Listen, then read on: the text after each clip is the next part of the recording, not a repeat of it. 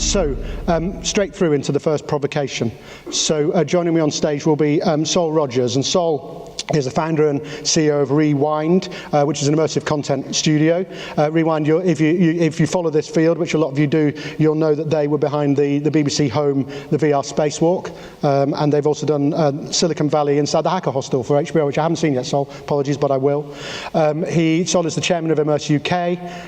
It's great to have a trade entity already, sort of bottom-up, generated by Momentum trade entity with Sol and Fiona Kokeli looking after it.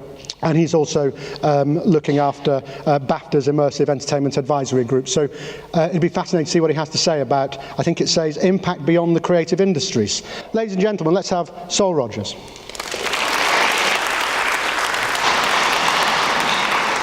I'm disappointed we're not going to watch a film. I got excited. Little film, though. It's a little film. Little film. Little film. Well, I'm sure we'll come back to it. We'll watch in a minute. Well, thank you very much for letting me come today and talk. Very gracious invitation from Andrew Chitty and all the team at Beyond. It's not often I get to talk about wider subjects. Normally people just want me to talk about VR and AR and immersive and XR and a whole bunch of other acronyms that don't mean a lot to a lot of people. But the impact of creativity beyond the industry that we consider is pretty interesting.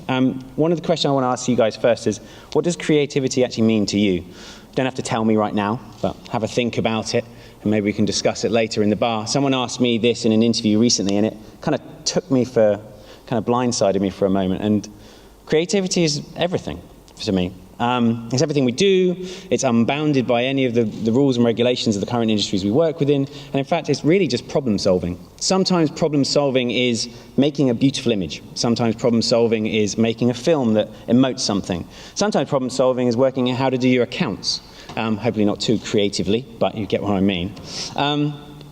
For me, I grew up alternative. This is me carrying my little brother. I still do carry my little brother who works with us as our head of special projects. He's not here. If you met him, Oliver Kibblewhite has a very big beard. Can't miss him. Sometimes. He's much taller, but I can still do it. But we actually grew up in the New Age traveller community. So we lived in a bus or a coach till I was 10 years old, and we travelled around the UK, and this was my school. This is Uncle Benji the clown, who's not an uncle at all. And that's me in the middle with long hair.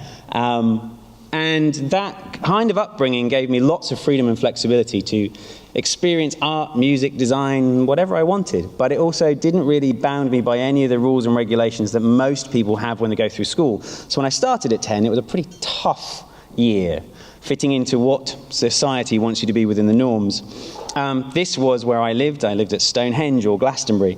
And that's my uncle's wedding in 1980 in full punk. He's now the head librarian at the UN International School, which is, I swear to God.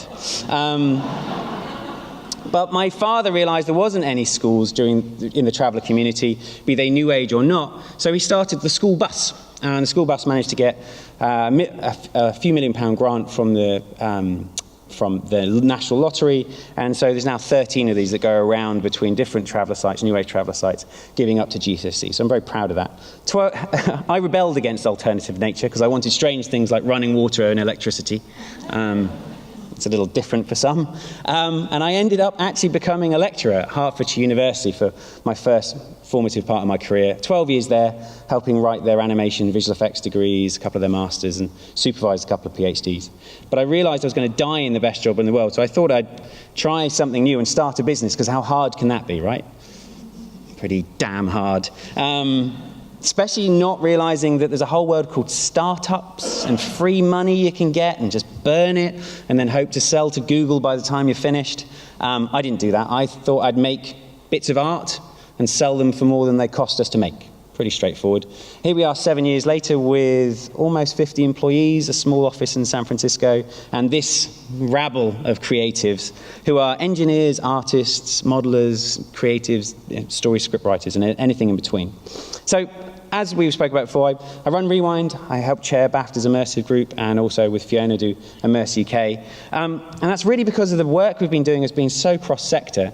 There are some amazing luminaries within this new immersive industry, but there aren't many of us. and we're actually having a winter at the moment out there in VR and AR that we need to kind of band together. So the type of things we do installations, activations, pieces of art. We do entertainment and enterprise content. Sometimes it looks like a game, sometimes it looks like an app, sometimes it's a VR experience, and lots of marketing and advertising, and we look and feel like an agency.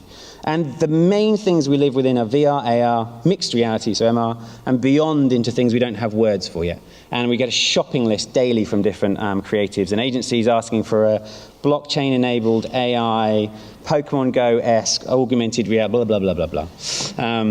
I'd have to explain that they are very different. But at their core, actually, there's a story being told. You're trying to pick a medium that you want to put it within. So I'm going to show you 50 seconds of the sort of things we're doing. And I'm going to pick on 2 projects that I think are interesting because it shows how something that came in through a piece of art, a piece of creativity, has actually done business change within those industries themselves.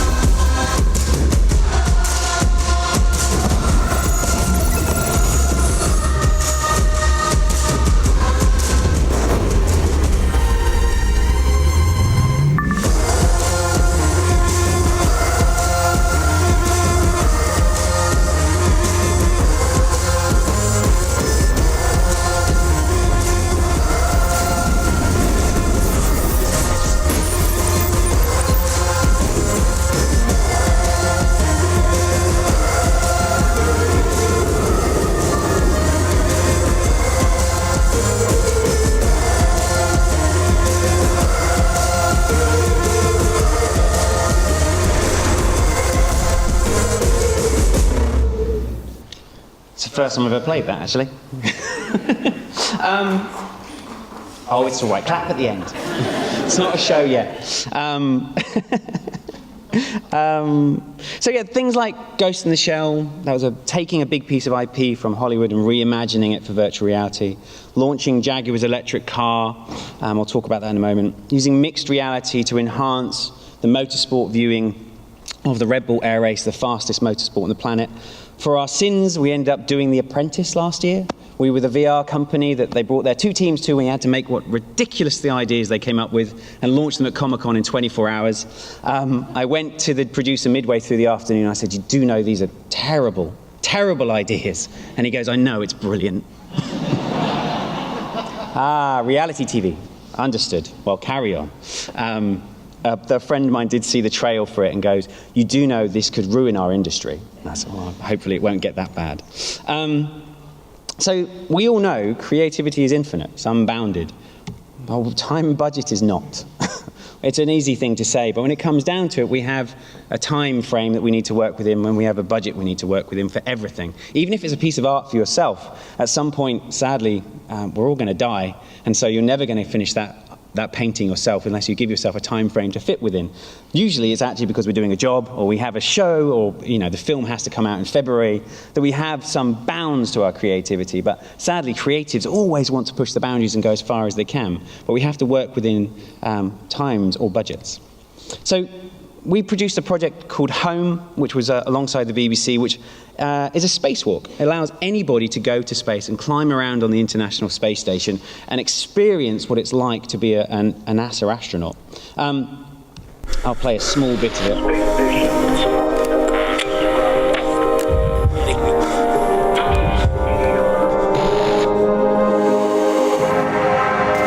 I think I'll talk over the top.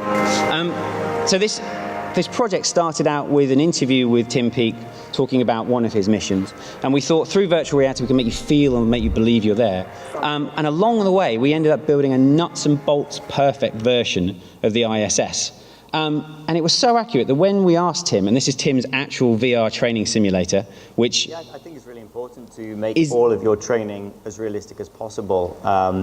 And certainly, this facility helped. Which is not very realistic, not very helpful. But the project we built was so realistic and so good, so that when we showed it to Tim and Nicole, and the 12-year-old version of me standing next to Nicole, she said it was as close to the thing as real as you could ever get. In fact, it made her feel like she could she could go back to space. And in fact, that's her doing a spacewalk, which is basically the same mission that we built our mission around. But she said it was better than NASA's training simulator. And something that was built as a piece of entertainment that is that impactful and can use in a different industry was pretty interesting. And this was 4 years ago, just when we were beginning to move into the space. No pun intended. We've actually gone one step further, and we're actually launching, hopefully, we've started a joint venture to launch our own satellite mid-summer next year, so in 18 months' time, which will live stream from space a 24-hour video feed to allow anyone to put a headset on and go into low Earth orbit, which will be quite exciting. So we went from entertainment into rocket science, so that's apparently a thing we can do now. Within the other end of it, so this is another piece, Jaguar themselves, launching their electric car, they wanted a big PR press marketing moment. And ourselves, along with an agency called Imagination, brought this moment together where 66 people in an audience put headsets on, saw each other as an avatars, and we allowed them to be in space and have the designer tilt brush out the car in front of you, all the forms of the vehicle, which then formed and fell to Earth, and end up being the backdrop to 45 minutes of theatre, where the theatre could be unbounded by the realities of physics, realities of cost or time or budget. Still had to fit within it. But the amazing thing was about it, I'll play 30 seconds of this.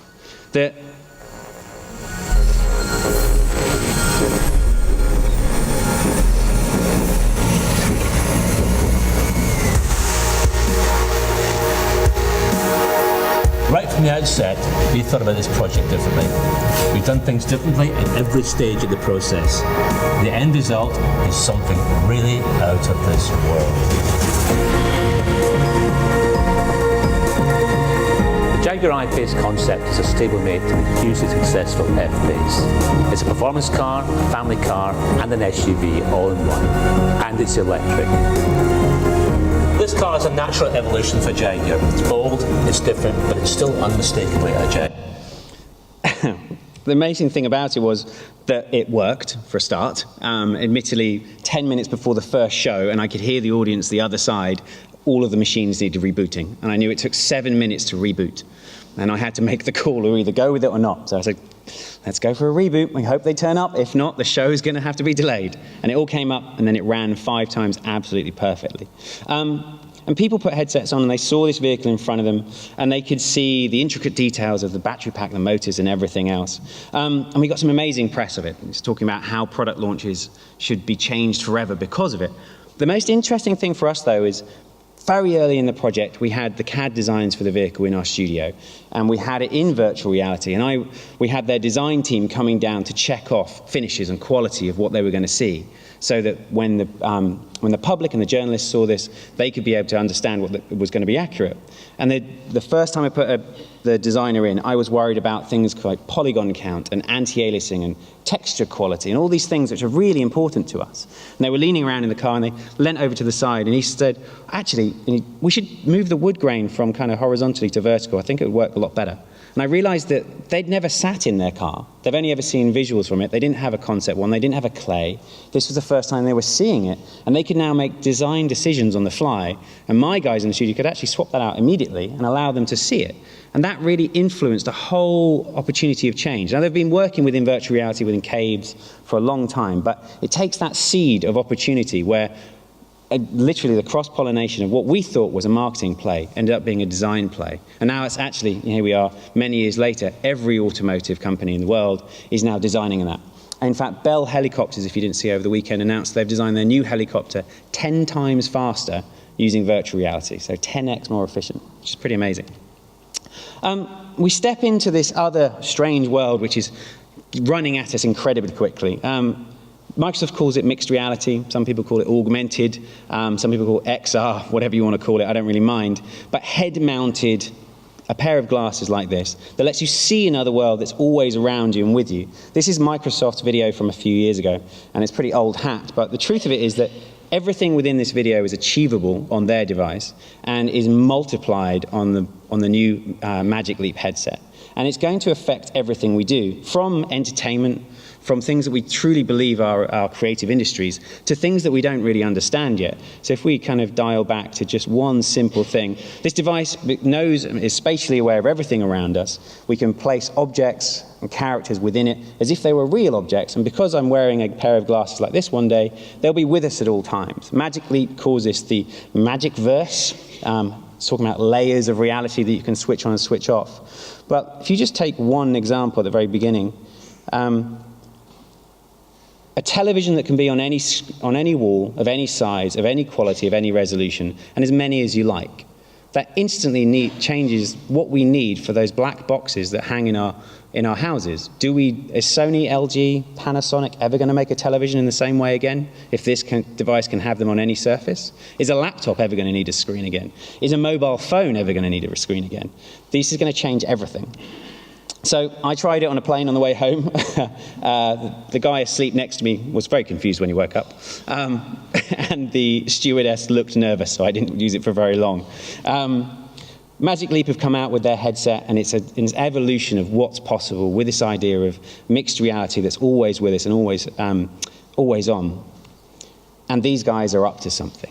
I have no NDAs with them. I just know if you look at all the noise that at some point, if they end up in the space, it's going to be pretty special. This demo here is the thing that really enthuses me. So this is a company called Leap Motion. The idea is the headset knows where my hand is. If it knows where my hand is, it can track a digital object or screen onto that place. So that means that you don't have to worry about foldable screens like Samsung does. A screen can exist anywhere in space at any point. Or why do we need monitors and desktops when they can exist right in front of your eyes? What this means for design industries, for what we do for work, how we live, and how we educate is going to be impactful on everything, let alone what we're going to do for entertainment. It's why I keep saying that I think mixed reality is the future of humanity. Definitely a great title to put in any journalistic write-up, but I truly believe it. I think there's an interconnection nature we have with our digital selves and each other through social media. I talk to my mum through WhatsApp more than I do on the phone, through actual voice. But if I had a pair of glasses where I could dial her in to have dinner with me at any point, or I could go to the football match with my granddad whenever I like, or I could sit in this audience without having to travel into London. Not that I minded today, it's a lovely day. I think it's going to be incredibly important, not only for the creative industries, but everything we do. Thank you all for listening. I'm looking forward to the rest of the afternoon.